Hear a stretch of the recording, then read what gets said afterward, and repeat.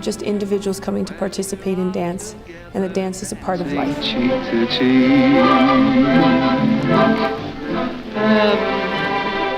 So as this evolved in the studio, we had about 8 families that kind of joined together, and the kids were all dancing, different ages, and we ended up with 3 generations. Seem to vanish like a gambler's lucky streak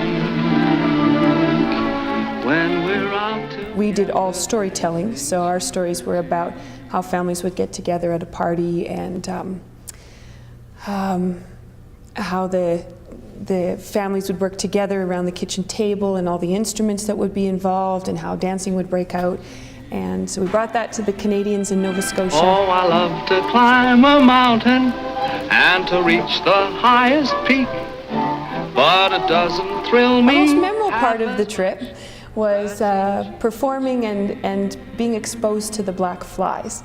And so when we performed at McDonald House in Lake Ainslie on Cape Breton Island, we were performing, and it was a historical museum, and the barn was where the audience would sit, and then the guests would perform out on the hillside. The hillside overlooked the lake, which was quite beautiful, and in Alberta we would think that would be a nice way to be. And so as the sun started to set, the black flies started to come out, and all of the audience is sitting in the barn, and we're out on the hillside, and these black flies start biting. So we had deep woods off that we sprayed on our nylons, which ate the nylons, so we had splotches coming up. And the black flies started crawling in through the laces of our blouses, and then I had long hair at that time and bangs, and they got up into my hair, munching away on the top of my head, and I was I was bleeding. It was running down my face, and I didn't know that that's what was happening, so I just kept rubbing, thinking I was okay and continuing to talk. And so we performed with a few of these. Everybody's swatting, and they're trying very nicely to dance, and the audience has no idea because they're all sitting back in the barn where there's no black flies biting. And we finished that performance. We were just covered. My husband took down his wool socks, and they had gotten into the hair on his legs, and he was just welts, monstrous welts.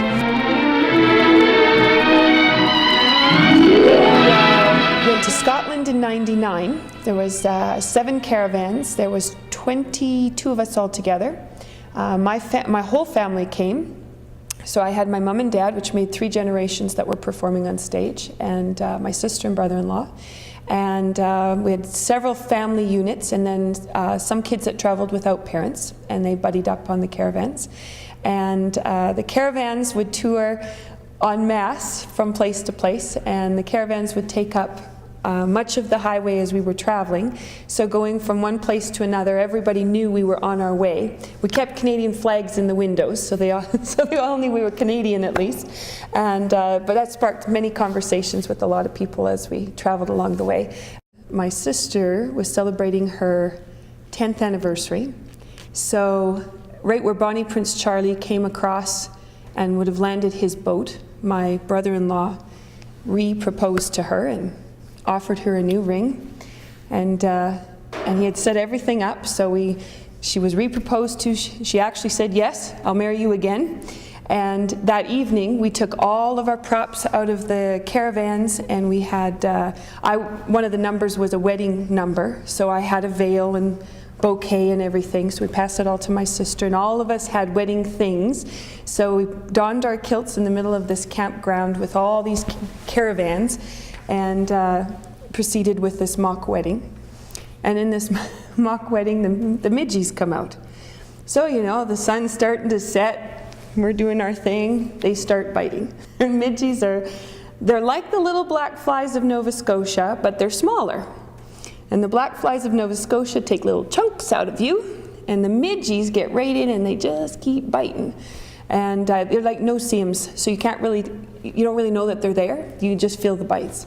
And so as my mom, I think, was playing the master of ceremonies for this whole thing, and my sister's swatting like this, and then my brother-in-law swatting at his legs because he's got wool socks on with his kilt, and the whole group was swatting as we went.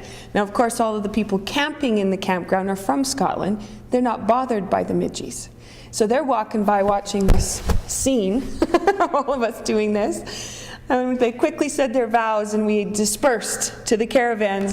And at the end of the trip, we had the privilege of performing at Scone Palace. And Scone Palace is where the kings and queens have all been crowned. And our last show we did out on the grass, in the sunlight, so no midges. And this time we had all the peacocks. So the peacocks from one of the kings, I think it was about 400 years before, had brought them to this space. So they roam wild all over the grounds. We had a piper with us, and he started piping one of the tunes, and as soon as he did that, the peacocks that were roaming all over the grounds started squawking and chasing, and they were running across the grounds and screeching and chasing the boys in their kilts. And so we attempted to do our show and talk over top of the squeaking peacocks.